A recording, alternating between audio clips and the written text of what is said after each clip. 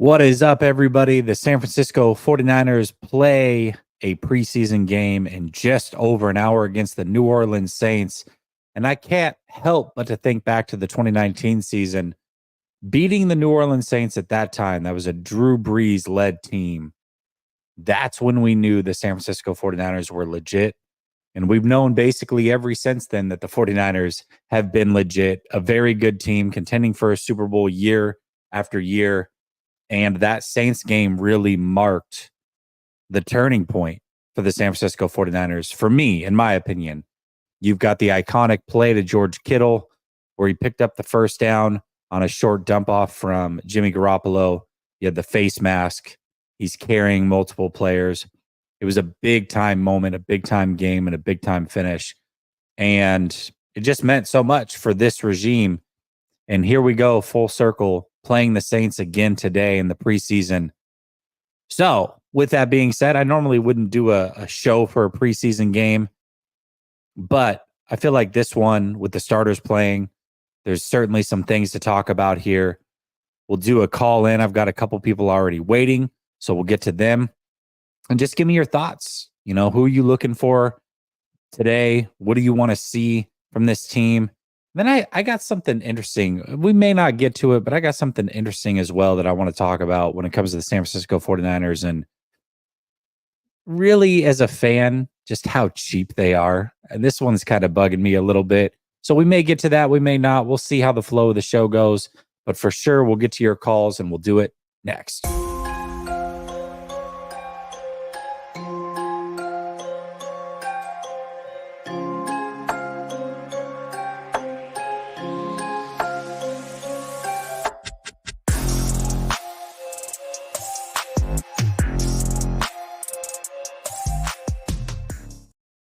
All right. Welcome back to Last Second Sports. We are giving you our take down to the last second. And as I said, it's a pregame show with your calls.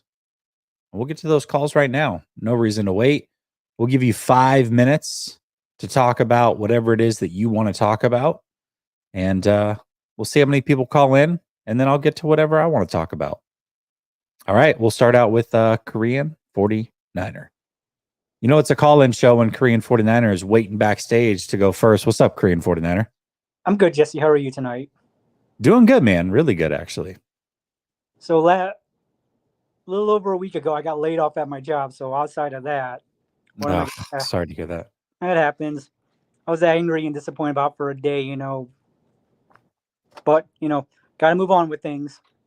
So, yeah, you got to pick yourself up, man. You gotta dust yourself off and get ready to the next venture. I also, I don't know like what your thoughts are on this, but like for me, I'm a big proponent of whatever's meant to be is going to happen. Like whatever, even if it feels negative in the moment, there's something positive around the corner. There's some reason that it happened. So I agree. You can't be too bummed about it, man. Yeah, but I got a couple of interviews possibly lined up this week. So hopefully, some fruit will bear from that. Perfect. I like it. For this game, even though it's a preseason game, I want to see how the offensive line plays without Trent Williams. Usually it's always been a house of cards when Trent is not in the lineup, and we've seen that numerous times. To me, that kind of goes into the effect of you traded back instead of getting the offensive lineman that Kansas City got in the second round. Maybe you could have sat him down for a year, in case Trent got injured or whatever, and have him develop. So to me, it's kind of going back to, Kyle decided to draft another running back in the 4th or 5th round this year instead of letting Bobby Turner figure out who to, hey, if there was someone like Cody Schrader who's doing really well as a undrafted free agent, it sounds like. I haven't been able to follow too close, but that's what we're hearing. Yeah, I mean, he certainly has played really well when it comes to like training camp and what have you. We haven't seen, preseason game, he didn't play so well. We'll see what he does today, but I think he definitely belongs in this league for sure. And if he's your 4th running back, I don't think that's a bad deal. Yeah, especially Elijah Mitchell sounds like he's got injured again in preseason. So hopefully they'll give Cody at least a few carries just to see what he does and go from there. But I do. One concern is I remember you and Grant talking about this earlier on the on your show earlier on Wednesday about the defensive line. Mm-hmm. I would like to see someone. I'd like to see them get someone bigger that could take up a couple of blockers to get a one-on-one for the other guys. Yeah, they don't really have that guy that eats up a ton of space. You know, they just don't have that big guy. I call them fat daddies. They don't have the fat daddy like chilling in the middle that just eats up multiple blockers. You know what I mean? But overall, yeah, I would like to get a guy like that, just somebody that's almost immovable. That would be great. But I don't think that's going to happen this year anytime soon. Yeah, I remember. You remember Pittsburgh had Casey Hampton for all those years, and it was Yeah. very tough to run up the middle against him because he would just take up. He was not the tallest guy, so he had the center of gravity and the leverage of being Hmm. low. And it's like we need. I mean, I think everybody on the defensive line would love to have a guy like that. You know, taking up at least one, definitely taking up one, if not two guys. And I remember them being just tough to run against when they had him. Yeah, and I mean, you've seen a lot of guys throughout history that are just kind of those big. Vince Wilfork is like the most famous, right? Everybody knows Vince Wilfork, super athletic as well. But yeah, I mean, when you have those big guys up the middle, it's tough to run against. You know, but then those guys are also usually traditionally with a 3-4 defense, which the 49ers don't run. They run a 4-3. But they do seem to be a little bit slender and lean towards pass rushers up the middle, which is an interesting thought there. And they really haven't been the same at stopping the run really since Buckner left in 2019. So, Yeah, and depending on, I think Brock will get a big contract. I don't know. I'm going to say at least this will be starting at 45 million, if not more, in the next off season. Do you actually see, well, and having 39 free agents, as I've heard you say, what do you mhm. think the strategy is if this season is a bust season? Because to me, this is the last season because you'll never know it when Trent will say, "Yeah, I've had enough of the injuries and playing and all this other, the crap that goes into having to get ready for a season." And the players have plenty of wear and tear on them because they've played in late, all these late runs to Mhm. championship games and playing in the final game of the season in the Super Bowl. So do you actually see this as a bust season if they don't actually win it and there's a eventual a rebuild has to happen one way or the other. So Yeah, most certainly. I'm actually since your time's up and I got a bunch of people waiting, I'm gonna kick you backstage and then I'll answer your question and then get to the next one. Thanks for yep, starting us off, Creed 49. I appreciate you, bud. appreciate you, brother. All right, man. Later. Yep. Miss Korean 49er. Yeah, I mean, certainly I think as fans, we all look at it and say, yeah, Super Bowl or bust, no doubt about it. But I don't know how the 49ers look at it. I think the 49ers and Kyle Shanahan, they just want to always be in the mix. I think they feel like they'll eventually kick the door down as long as they stay close. So that's pretty much what it is that they're looking to do. I think that they're going to try to continue to keep a competitive team. And that's why you're seeing some of the holdups with the Ayuk situation, the Trent Williams situation, because they're not looking at just this year. They're trying to remain competitive going forward. And doing both is very important to them. I think if you presented Kyle Shanahan and John Lynch with hey, it's an all or nothing year, do everything you can to go all in, or, continue to build for the future a little bit more, I think they would choose building for the future and remaining competitive because, that's just the mentality of what they've been. It reminds me of when Tony Dungy was with the Buccaneers. He had a very similar mentality as Kyle Shanahan and they wanted to win right away. They wanted to win right now. And that's why the trade for John Gruden happened. And they got their Super Bowl. And that was it. They got their one. They moved on. And it was worth it to them. And then, of course, we know that Dungy went over to the Colts, was constantly in the discussion, and then eventually broke through as well. So, it all depends on the philosophy and whichever it is that you have. So we just had Eric, who was backstage. He dropped out. Eric Price. So we'll go to Chase Young Sucks. Then we'll go to Ant Man Builds, Eric Dane, and then Steve. And we'll see if Eric Price is able to come back. All right. See what Chase Young Sucks has to say. What's up, man? Doesn't Chase Young suck though?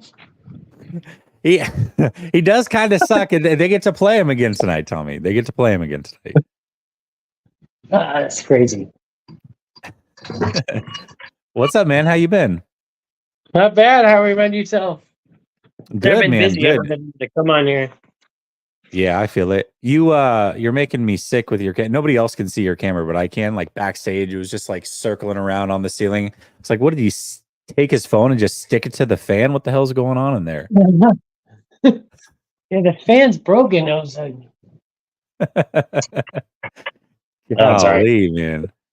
So what's up, man? Are you excited for a preseason game, or do you not really care that much? What are your I'm gonna thoughts? watch it because I want to see the starters, but I want to see how bad this O line is. Well, Aaron Banks isn't going to play, right? Burford's probably not going to play. They got broken hands. Trent's obviously not going to play. And we'll see if like Feliciano can play. Maybe he'll be the left guard. You got Pooney over at right guard. Curious to see how the offensive line holds up as well. Yeah, I think Pooney's gonna do fine. Brendel's booty. That guy's so soft, man. He cannot run block to save his freaking life. He's a good pass blocker, but he gets to, like you were saying, he gets to point B, or I don't know who said that. He gets to point B, but he can't get to point C. Like he knows what to do to move the guy, but then he can't keep the person there. So Yeah, he just kind of gets in the way. He's like like in basketball, he just kind of screens you. well, he's a journeyman. I mean, he's a good communicator. He calls the right protections. He's just not. I mean, he doesn't get that dog in him. I don't know. He's just not. I wish we would have got a center in the draft or the years before, or somebody that's not a journeyman like himself. Yeah, I mean, I will say this though about Brendel. At the very least, he's brought some consistency to the position, because that's something that the center position hasn't been. But he's not great, right? Like if I'd rather recycle centers every year if you're going to get really good ones versus having a consistent guy that's not that great. He's all right, but I don't know. They could certainly do better for sure. I'd rather have a center that's good at run blocking, because then McCaffrey can go right behind him and not worry about it. But somehow he sucks at run blocking. Just doesn't really. I don't understand why Kyle likes him. Yeah, he's not that strong, you know. He's just not a big body. He's not that strong. It's really what it comes down to. I guess he likes some small physical guys, but the only outlier is Trent Williams, who's both. Yeah, Strong and physical. Pooney's a big guy, though. I'll tell you this, though, man. Pooney, I like what he looks like physically, and I like that he's a better pass blocker than a run blocker. That's not normally typical of a Kyle Shanahan offensive lineman. Yeah, I know. I liked what he did, how he was in the first preseason game. He did good. As a pass blocker, he did good. He was a little spotty as a run blocker, but overall, Pooney did really well, I thought. Yeah. Because, I mean, whoever's running can just run through the left side. If we got, if Dub's going to come back and Banks is solid. He's, like Coach was saying earlier, he's got like a pinky. It's kind of like tape that up and play, you know? Yeah, I mean, it's preseason, so I understand it a little bit, but yeah, you've got him and Burford both with broken hands. I don't know, a lot of little nagging injuries that this team has already. It's not a great start when it comes to injuries. No, I don't. Sure. That's why I'm worried about it. The Super Bowl hangover plus the injury bug, which we got really lucky last year, and it should have been last year. Like, it should have been last year that we got it done. Yeah, I mean, that's why you got to cash in when you're there. You know what I mean? Because you just never know. You really don't. I mean, if you face KC again, I mean, not that they're going to get to the Super Bowl or not, because who knows, but they had weak outside corners, like you said. But I've been telling everybody, right when Greenlaw went down, I'm like, that's game. I just knew it. I'm like,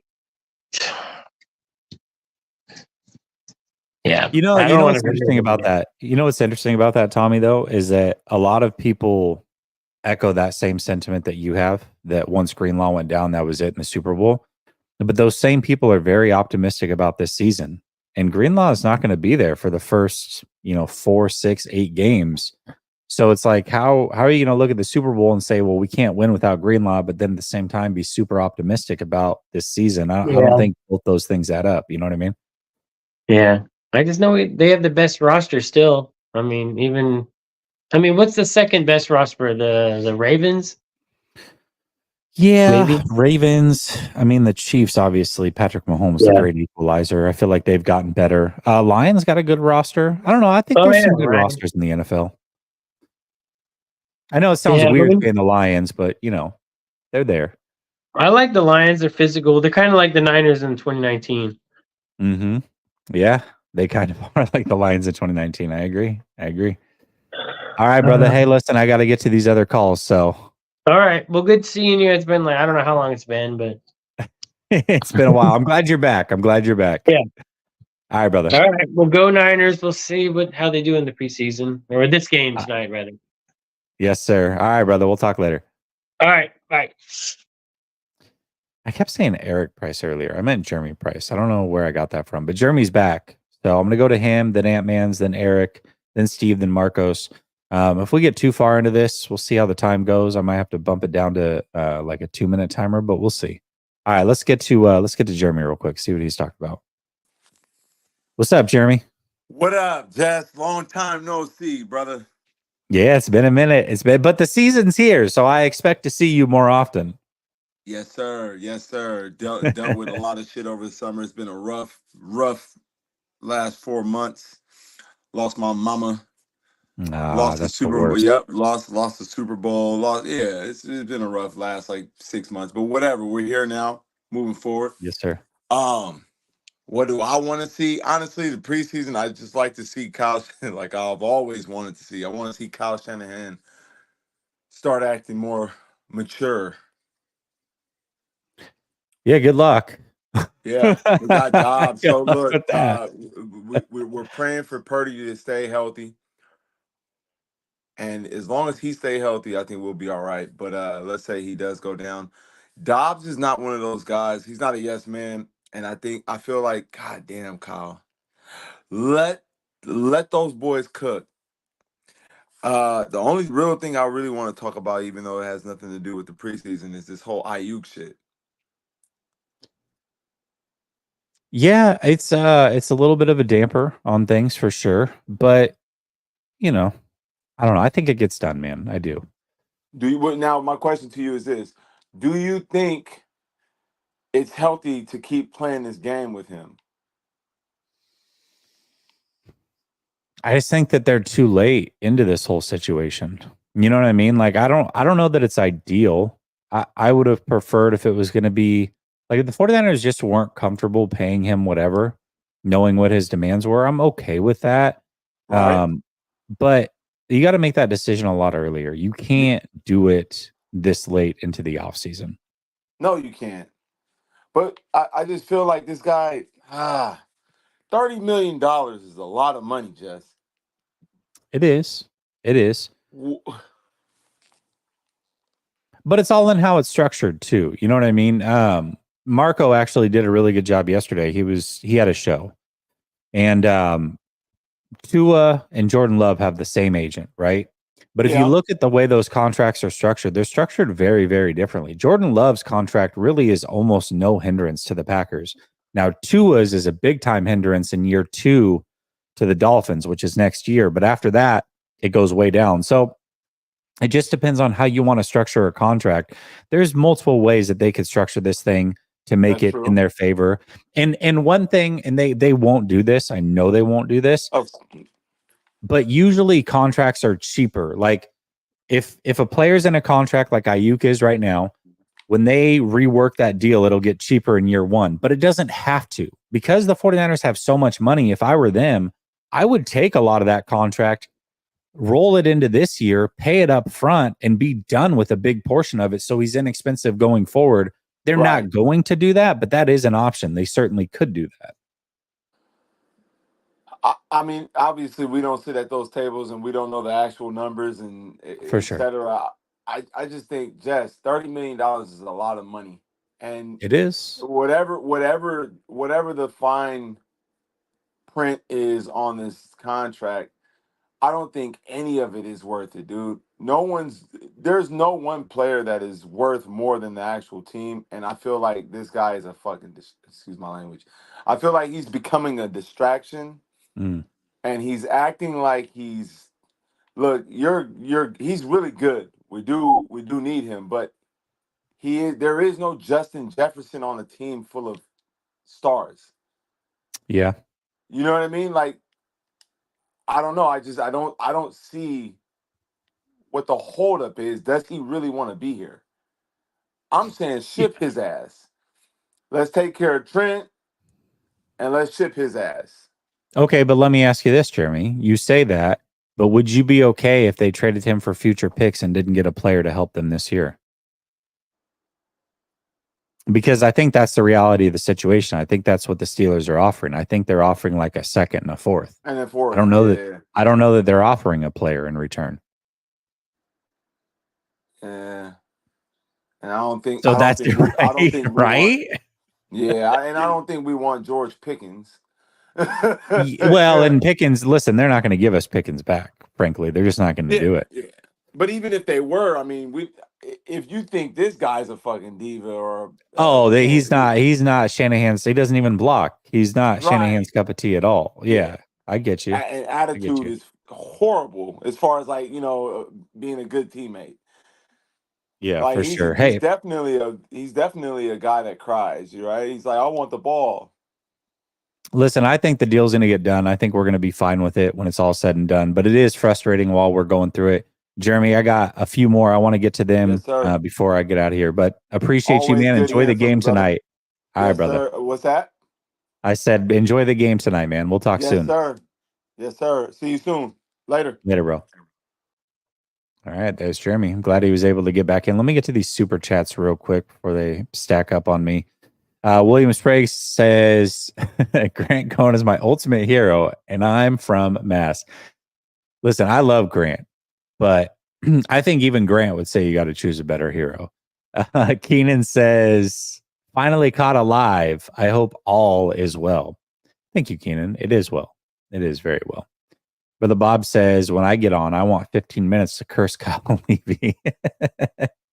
And then all day, every day, Kim says Trey Area. All right. God, man, his name's just never, ever, ever going to stop being a part of these conversations. I don't care what happens. All right. We're going to go to Eric. We're going to go to Steve. And then we're going to go to Marcos. All right, here we go.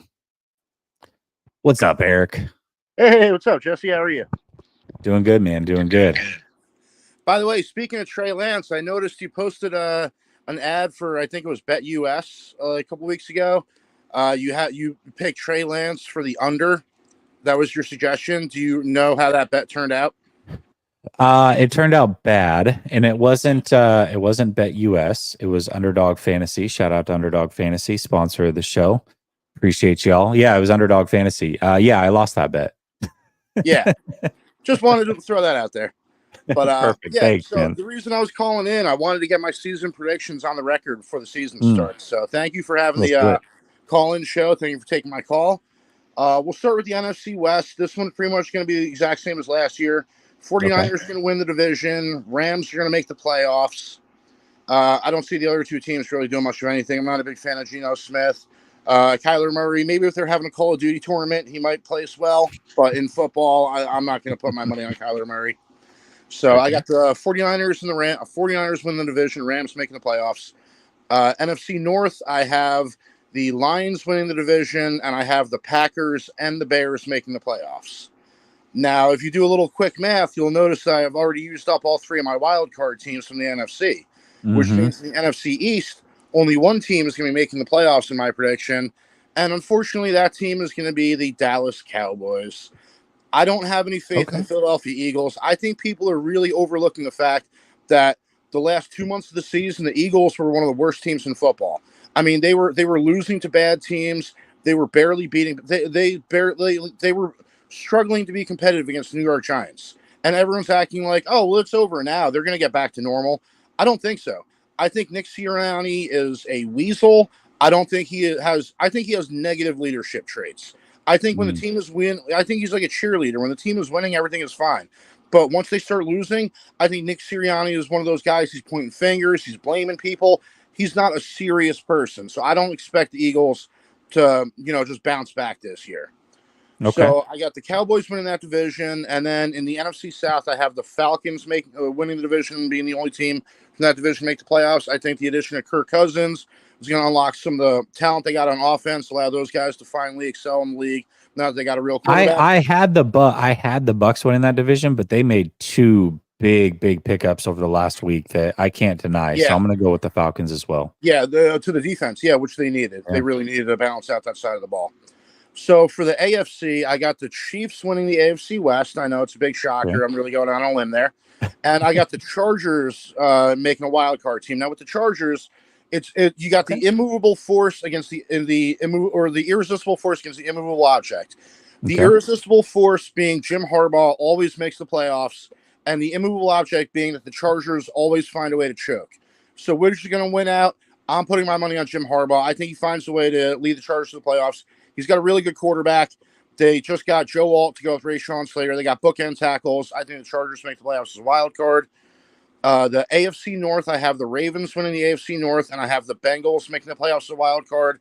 I think Derrick Henry with Lamar Jackson is kind of scary. That's nothing to sneeze at. And I think Joe Burrow is a bounce back year. I think he's going to stay healthy this year. And, he's an elite quarterback. So I got the Bengals making the playoffs as a wild card. The AFC East, I have the Bills winning the AFC East, and I have them being the only team making the playoffs in the East. Again, the same thing as last year. I'm not putting any money on Aaron Rodgers. If you guys want to, go for it. That's up to you. I'm not betting on the Jets to make the playoffs. And I think the Dolphins, you can only get so far with an elite offense. Like at some point, you need a little bit of balance. And they lost Christian Wilkins. Like a bad defense got even worse. I think they're going to struggle. If the Dolphins win games, they're going to be winning games like 35-34. So I don't have the Dolphins making the playoffs, which means there are still two teams left to make the playoffs from the AFC South. I have the Houston Texans winning the AFC South, and I have the Indianapolis Colts making the playoffs as a wild card. They won 7 games last year with Gardner Minshew. I think if Anthony Richardson can stay healthy, add a little more dynamic element to the offense, I think the Colts can make the playoffs as a wild card. Interesting. Okay. Wow. I don't think there's big surprises coming from the division winners, but some of the wild cards, interesting. I could see 3 teams from the AFC. Really, I could see.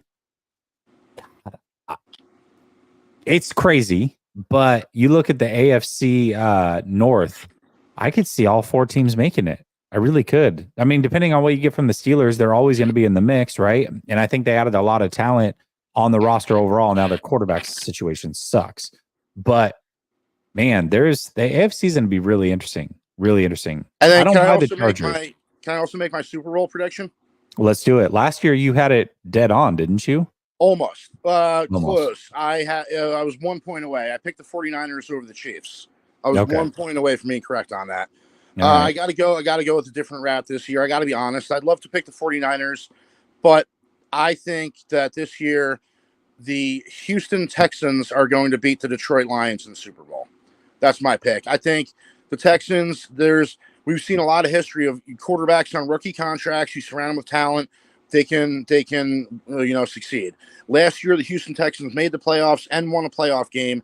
Then in the offseason, they added Stephon Diggs, Danielle Hunter, Joe Mixon, and Azeez Al-Shaair. I think that they've greatly improved. I think that having Diggs as number 1 receiver is going to allow Dell and Collins to be number 2 and 3 receivers. I think Joe Mixon will give them a little more consistent running game, balance out that offense. Now you have Danielle Hunter, bookend edge rusher to go with Will Anderson. And as 49ers fans, we know Azeez Al-Shaair is a good player. He's going to really help with that, pass protection and linebacker core right there. So I think, and the Chiefs are the easy pick. I don't know, man. Nobody's ever won 3 Super Bowls in a row before. There's a lot that goes into it. It's not just about how talented of a team you are.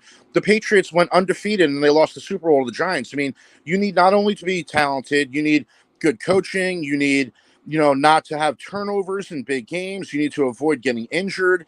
There's a lot of things that can happen. And, I can't bet on the Chiefs being the first team to ever win 3 in a row.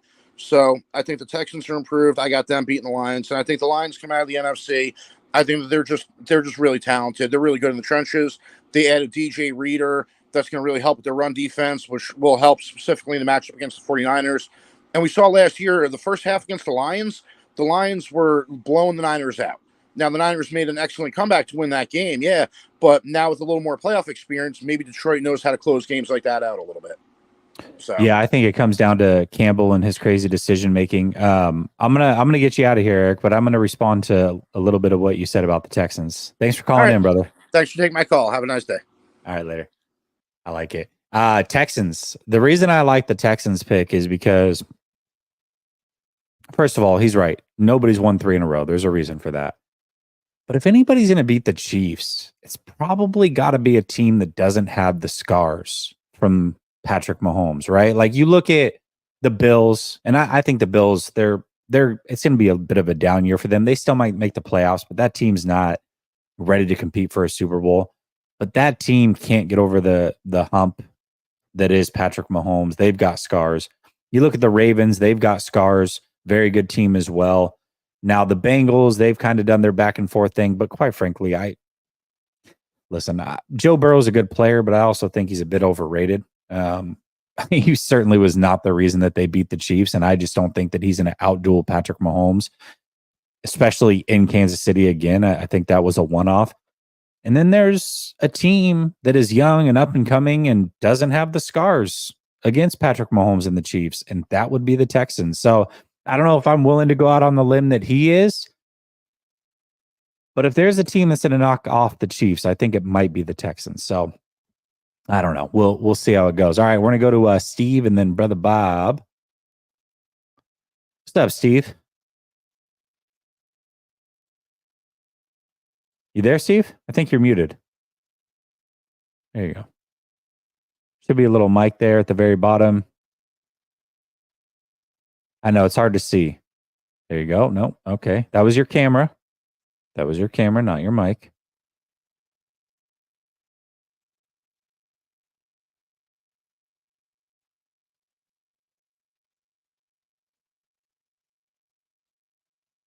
And I don't know. He disconnected everything.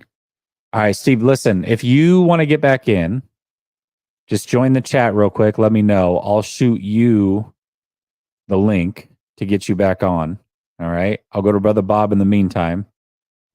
Especially on your phone, it can be hard. If you're muted, you're kind of screwed. So, all right, Brother Bob, what's up, man? What's happening, man? Can you hear me? Yeah, I can hear you. And I got a super chat from you. You said, here's $2. Where's the link? I ain't playing. There it is right there, bud. You got it. I ain't playing. How you doing, what's up, man? I'm doing good, man. How are you? I'm good, man. I'm getting ready. You see what time it is, right? Yeah. Oh, yeah. Oh, yeah. I do. I see it. You might be more ready than the 49ers. Did you hear they didn't even paint their frickin' field? Oh, man. How am I not surprised? You know, it's JEG. It's what we do best, man. It's absolutely insane. Just make everything difficult, needlessly. So, yeah, first of all, I got to say this, my brother. You see what jersey I have on today? 97. Okay, yeah, Bosa. Okay, all right. Bosa. And the reason why I'm wearing it today, just because I heard an earlier caller talk about BA is not worth $30 million a year. And I love how you talked them down from that. But I don't get how people, and no offense to the caller, okay, I'm not attacking you, my brother. But how you gonna look at another man's wallet and say that's too much? I mean, I just don't get it, you know? And then, does that mean Bosa's getting paid too much? Because he's getting more than $30 million. Also, does that mean that next year we shouldn't pay Purdy? See, now I said we shouldn't pay. See, I think that's the problem. People think it's their money. No, this is Jed's money, right? Yes, we sprinkle some money in when it comes to buying tickets, buying things at the stadium, jerseys like I have on, helmets like I have on, but it's not our money, right?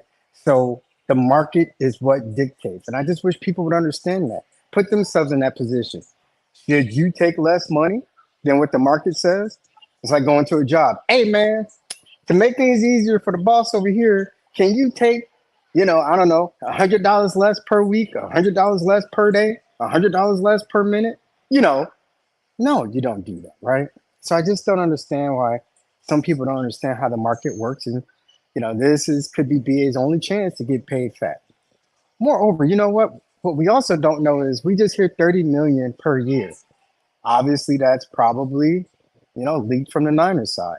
But we don't know the actual details. And the devil's in the details. What is his guaranteed money? That's what we really, if we're going to really talk about this intelligently and criticize him, that's what we need to know, right?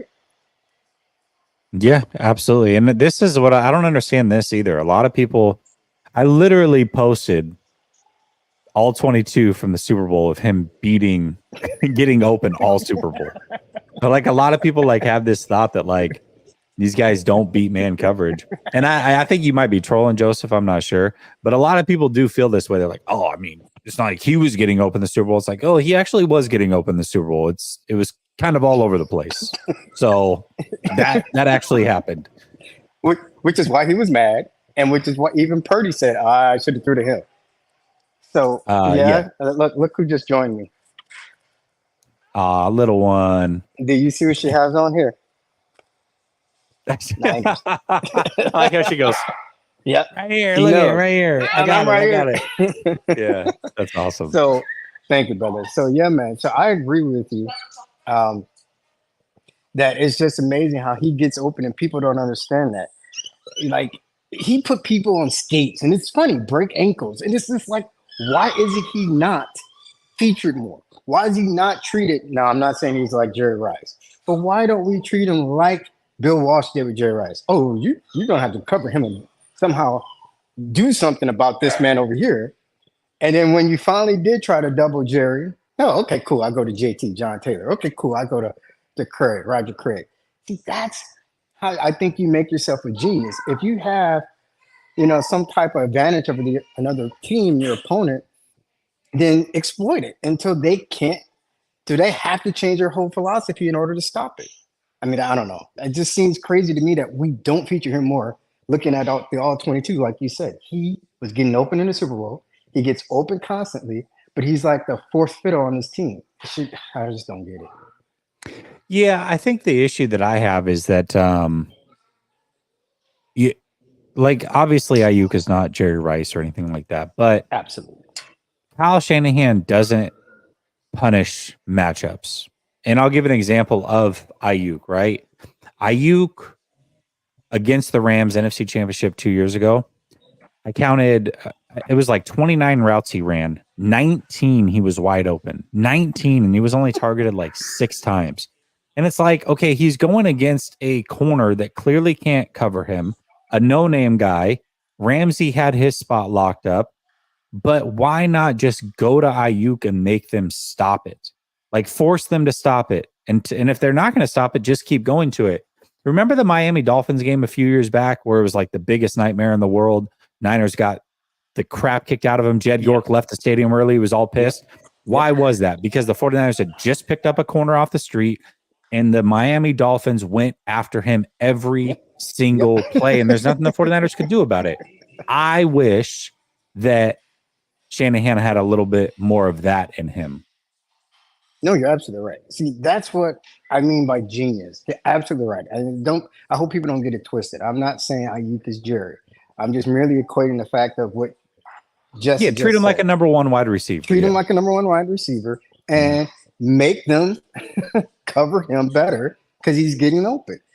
And I mean, and that's the thing. Like, that's why I don't like Kyle Levy, because he will not adjust or adapt. Someone upstairs has to say, hey, man, like if you can point out, nothing against you, Jesse, you're my dog. But if you can point out, hey, 29 routes, this guy's open 19 times, well, we should start feeding him the ball. Someone has to be telling him that, hey, you just burning his man.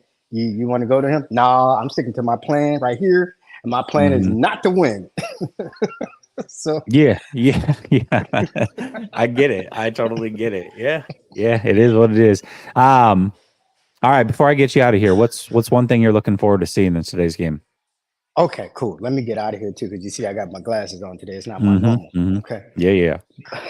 But here's what I'm looking to see today. I want to see the play. And I know you finally, I love your game, your all 22 last week. You went over it. I love the film review because some people thought that Winners had a great game. And I love seeing you like, it was hit and miss. And your Mhm. boy Graham, too, he had a so-so game. You know what really got me is I saw number 50 on that kickoff coverage. Was I he just took, know. I know. I'm like, bruh, come on. But anyway, I'm looking to see, I want to see how the linebacker core looks. And I still love to see the cornerback core. I did note last week that Yasin was playing well into the fourth quarter. So that doesn't bode well from him, now does it? But I thought he looked pretty good last week. Yeah, he's a veteran. He's a veteran. He knows exactly what to do. You know what I mean? You put him on the field, he's going to do what he needs to do. The corner room is just so deep with this team, and now he might make it because Ambry Thomas. You know, I'm sure that they probably would have taken a chance with Ambry, whether they should or not. But now that Ambry's not there, maybe he's got a chance to make it. But you know, we'll see how it goes. So I'm looking forward to it tonight, man. I think there's a lot of things to look forward to. And you know, we're going to be talking all about it this whole week. Hell so yeah. Good seeing you again, my brother. Oh, you by too, the bro. way, get ready Hmm. for that late second sports hat being sent this way. Nah, we'll see. We'll see how that bet goes. We'll see how it goes. All right, bro. All right, then, my guy. Take care. Later. Later. Brother Bob, everybody. Brother Bob. Oh, man. All right. We got Jayant says, loved your knowledge and analysis on the Hawks Nest, Jesse. Wishing you and your community a great season of football, but not too great. Seahawks fan coming in. Appreciate you, Jayant. And definitely, I love doing a show, the crossover shows, the behind enemy lines, I call them over here. Absolutely love those. And it's always good to have some good discourse, healthy discourse. Mike Drops with Monster says, I missed another call-in show. Here, I'll put the link in for you, man, just for you. Click the link. Should show up in the chat. If you want to call in, go ahead and do it real quick. And then Chris Hansen says, Demo wanted to play the slot. Yeah, I don't know. I wasn't a fan of that whole interaction. I mean, Wilkes is gone. Like, what are we still talking about it for? Also, Kyle didn't trust anything that Wilkes was doing at that stage. Remember, he called the timeout in the Super Bowl. He pushed back a ton, was not a big fan of what Wilkes was doing down the stretch. That much was clear. I have a feeling that Lenore wasn't playing in the slot because Kyle Shanahan didn't want him to play in the slot. So I don't know. We'll see. But all right, we're gonna go to Monsa, and then we'll go to William, and we'll get out of here shortly. What's up, Monsa? Hey, how's it going, man? Good, man. Yeah, you see, you didn't catch the show, but you know, you still got the show. So there you go. Right. I was listening to it while I was driving. My son started college today, so I was Okay. moving him into his new place. And I hop in the van. I'm like, let me see. And I go on Twitter and I see I'm like, he's live. So then I'm like, he's got a call-in show, but I was busy. So Missed it again. No. Yeah, I know you've been wanting to call in and you keep missing them. So yeah, I miss yours, I miss Grant's, and I miss Ryan's, and I'm just work keeps popping up. So like I've been pissed about it, but it happens. But yeah, like I wanted to talk, because I hear all these people calling Ayuk a diva. I think it's so disrespectful to call any football player a diva because what they put their body through just to take the field, just to make it to practice, you couldn't do it. If you're not capable of doing that, how do you call a grown man a diva? It's so disrespectful. Yeah, I don't, listen, I get it, right? But we grow up as Niner fans. It's feminine, It is. It's disrespect. I mean, let's just keep it a buck. It's basically like calling somebody a bitch. Right. And any man knows that if you call another man a bitch, you better be ready to throw hands. Like that's just what's coming. There, it's not, the talking is over once you do that. So I think when you call someone a diva, I think it's definitely in line with that. And that's why I'm not a fan of it either. You wouldn't say it to their face. Mm-hmm. You know what I mean? But everybody is talking about value and Ayuk and this and that. Like Ayuk doesn't control his targets. He has absolutely no control over it. And as far as making the best out of his targets, he's number one of all wide receivers in making the best out of their targets. And when you add in his blocking and you add in his attitude, You add in the fact that when you talk about dogs, we always hear about dogs on this team. He never dogs it. He's one of the only true dogs that we have, because he's not the one coming on the motion sweeps, missing blocks and runs that should be 9 yards, end up being 4 yards. That's Debo. You know what I mean? Trent Williams, your worst game was the Super Bowl. I don't want to hear about you being a dog. And everybody knows how Kyle is when it comes to contract time. He won't put you in a position to get the most money for you. He put you in a position to limit your money so that he can keep you longer. So when he went into the Super Bowl and he targeted Debo, you think he didn't know that Debo wasn't getting open? He wasn't going to let Ayuk have 7 catches, 170 yards, and 2 touchdowns right before a contract year. He wasn't going to let him do that in the Super Bowl. I don't believe so.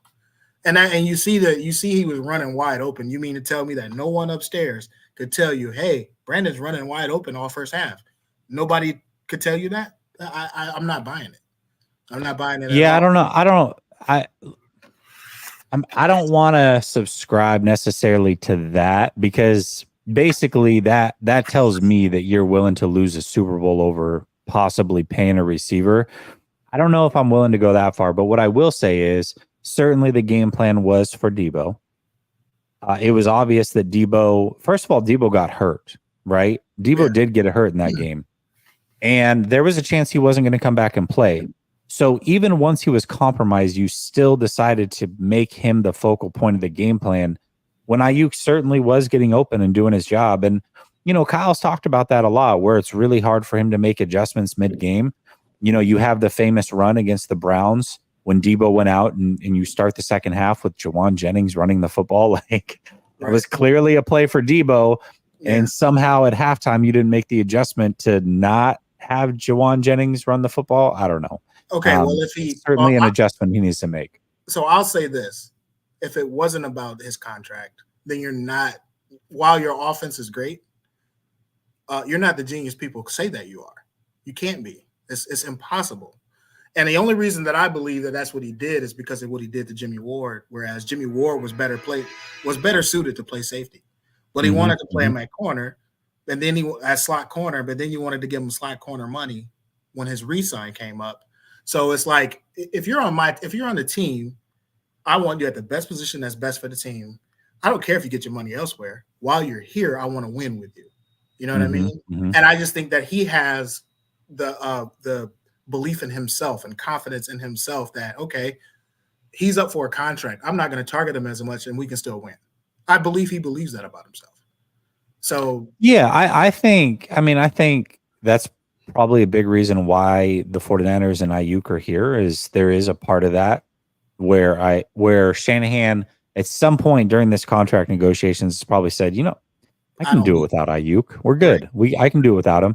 Now maybe he saw like Pearsall and somebody, and he's like, all right, so maybe I can't quite do it without him. You know what I mean? But that it did cross my mind there for a second. Let's go ahead and talk nice and re-enter these negotiations. But I'm sure that crosses mind for sure. Yeah, but like the worst part about it is this is the second time that you went and picked the guy that's not available every year.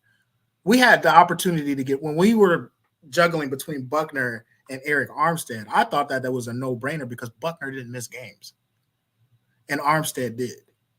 So I thought it was a no-brainer because, hey, this guy's always available. That's the guy you're going to get your money out of. The guy that's available 16 out of 17 weeks. Well, and Ayuk's always available too. You know what I mean? And that's the other thing. He's a better blocker. He's always available. He does things the right way, and he's holding them hostage at gunpoint when it comes to this. Do you think there's some kind of not a beef where this could cause us to get into a fight, but there's some kind of unspoken beef in between Ayuk and Debo? Because I know if I'm Ayuk, I know the one thing that I'm going to say when I negotiate is I don't take plays off. And you paid that man 24 million. He take plays off. Why would you offer me that? Yeah, I think it's a business. Hey, Monsa, I'm going to let you go because I'm going to get to William here. Okay. But I'll answer that. Thanks for calling in, bro. All right, cool. All right, man. All right, there's Monsa. I don't think there's a beef, but there's healthy competition. I think we can call it healthy competition in the sense that, and I think it's from Debo's side too. I know that Debo looks at it and is like, I'm a better player than Ayuk. And I'm sure Ayuk looks at it and says, I'm a better player than Debo. And I'm certain that the contract of Debo has come into these negotiations where they're looking at us saying, hey, we had a first team all pro and we paid him X, and we feel like, you're a good player, but you weren't a first team all pro and you're not the number one guy in this offense. That. So this is what you're worth. And he's probably like, well, yeah, but I'm a better blocker. I'm a better route runner. I do way more. And it's been 2 years, so pay me more. So yeah, I'm sure that conversation certainly came up. Not necessarily like in Venom, but I'm sure it's come up. All right, let's get to William. What's up, William? Hey, what's up, Jess? How you been, man? Good, man. How you been? I've been blessed. Good. I don't have much to say. I just kind of jumped in here. I just finished doing my laundry, and All right. I caught you at the end of your show. I'll see it later when I'm doing my workout. That's that's how I work out. I put the show on and just work out to y'all shows. I appreciate that, bro. I appreciate that. And like I said, really, I don't have too much to say. I just wanted to give you some flowers on all your success. I was thinking back, looking at your show, about when I first ever called into your show, or first ever came into your show, when you was doing the whole Napoleon Dynamite Carlton thing, just getting started and everything. And I'm just glad to see how you've grown and how everything has worked out for you. I don't go on everybody's show, but I had a good feeling about you, Jess, and I'm glad I was right, and I'm happy for all your success and accolades that are coming to you, man, because you truly a student of the game and have worked hard to launch your channel, and it's showing, and I'm happy for you. Thank you, man. I really appreciate that. And yes, you've definitely been here since the beginning. The Napoleon Dynamite. The super chats. I love the super chats for sure. But once the season gets going, it's just way too much, and that's a good problem to have. But yeah, those were the good old days, man, when we were having fun after every super chat and shouting them out for sure, man. Thank you so much. I really appreciate your support, William. I really do. I will say one thing, and it was just a mad theory, or tinfoil, or whatever you like to call it. The whole thing with IU contract that I thought about one day as I was driving to Baltimore, and I was like, you know what if this was a factor and nobody's even paying it no attention? Because it is easy to go to Kyle and say, oh, Kyle has a hand in this. The one thing that I see that has been different between all the negotiations and contracts of all the stars of the 49ers is one thing that's changed this year. And that one thing that had changed this year is that Jed has full control over the team. First, everything really kind of went through his father. Even if Jed wanted to do some things, he had to go to John. Now it's fully Ned. Now, the way that Jed was talking about how Cal talks to him on the side of practices and things, what at certain points when Ayuk was in dog houses and Cal was maybe dogging Ayuk a little bit, that now that it's time to pay Ayuk and even Cal see the worth of Ayuk, it's kind of hard to get that money from Jed, because Jed has this concept that, hey, you used to say this guy wasn't worth the money. So maybe that may be having a part in the negotiations, and maybe all the feelings isn't on Cal. Maybe some of the feelings is with Jed. You feel what I'm saying? Because if you notice, anytime somebody was getting paid, either whether it was Trey Lance, whatever, Jed always had something to say. So that's just a tinfoil hat. I don't know that it's that much of a tinfoil hat theory, really, because I did a show about 2 weeks ago, and I talked about how Jed could be the one to come in and really push this across the goal line. If Jed came in right now and said, Kyle, listen, I appreciate it, but we're going to do what it takes to get this deal done. Like, get it done in the next day or two, period. It would get done. You know what I mean? So I don't know if he's necessarily sitting back and saying, hey, I don't want it to get done or don't pay him. But if he really, truly wanted it to get done, he would step in and it would get done. So I think there is something to that a little bit, for sure. Right. My other thing is, and I got to speak on it because it's our number one draft pick, and that's Pearsall. Pearsall has been injured most of the training camp. He yet to even play a preseason game? No, he's not going to play tonight either. So my thing is, this is our number one draft pick who has not barely played practice and has not even played a preseason game. And yet I don't even know if I trust him to even catch the ball on a special team, because there is nothing at all proven. People like to talk about Trey Lance, and Trey Lance had his issues, which he's dealing with. But Pearsall hasn't, as a number one pick, he's done nothing. Like, he hasn't even been healthy to do anything. We like to talk about Elijah, but Elijah made it through a season. Like, Pearsall can't even make it through camp. And he's 24. Non-contact camp is at that. 25. Like, couldn't that pick have gone somewhere else? Something. Because really, right now, I know he's a number one pick, and honestly, I'd rather, Ronnie Bale has showed me more. So yeah, at this point he has. Yeah, that's true. That's true. So, if you really are trying to win, how much are you putting in your number one pick? Just wanted to throw that in there, but I ain't gonna hold you. I know you're on the tail end. Just wanted to give you your accolades and throw those points out there. Thank you, bro. I appreciate it. We'll talk soon. All right. I bet. Later, man. All right, William. Thanks, man. I appreciate the kind words. Yeah, listen, I'm not, and I don't think you were doing this either. I don't think we're writing Pearsall off yet. But even though he was the first round pick, I think if I had done a show or done a vote and said the three most important rookies for this upcoming season, if the 49ers are going to win a Super Bowl, what three rookies need to contribute? I think almost unanimously across the board, you would have heard Pooney. You would have heard Green, right? Because we think both of them have a path to start. And you would have heard Mustafa, knowing that you had an injury already to Hufanga and Gibson wasn't coming back. Now, luckily for the 49ers, so far, if I were to say that three rookies are contributing, those are the three. So that's great for them. But usually you would want the first round pick to be a contributor. And that's why I had an issue with the Pearsall pick, because at best, he's a really good player, but you're redshirting him. You're probably not picking up a second contract on him because he'll be damn near 30 when that's ready to go. So it's like you're going to get 4 good years out of him at best. And at worst, he does nothing for you, and we'll see. We'll see. I think if Ricky's used the right way, he can be a really good player.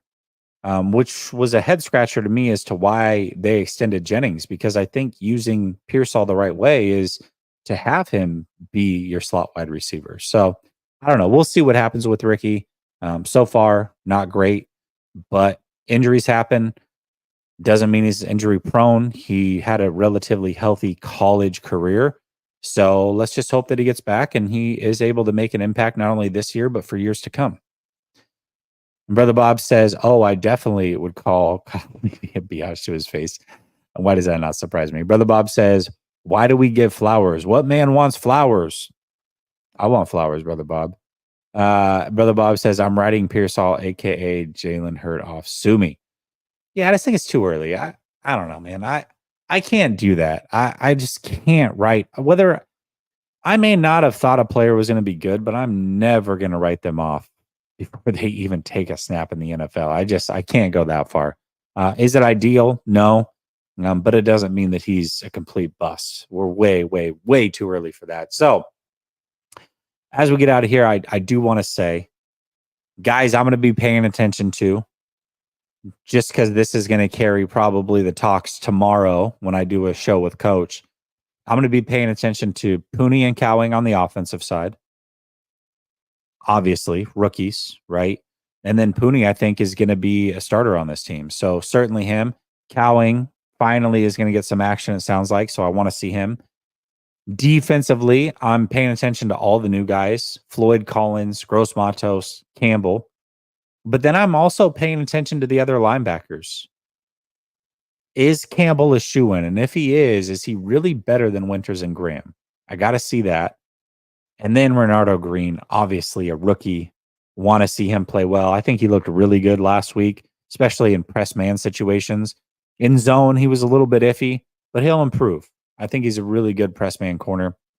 So those are the players that I'll be looking forward to most today. We're going to see the starters for a little bit, probably a series, maybe two. Let's cross our fingers that Brock's able to stay healthy. The offensive line is not great in front of him. Banks isn't playing. Burford's not playing. Trent's not playing. So it's going to be a little bit of a hodgepodge. But also that hodgepodge, I don't know if Feliciano's playing, but if he is, Feliciano's your left guard. Pooney's your right guard.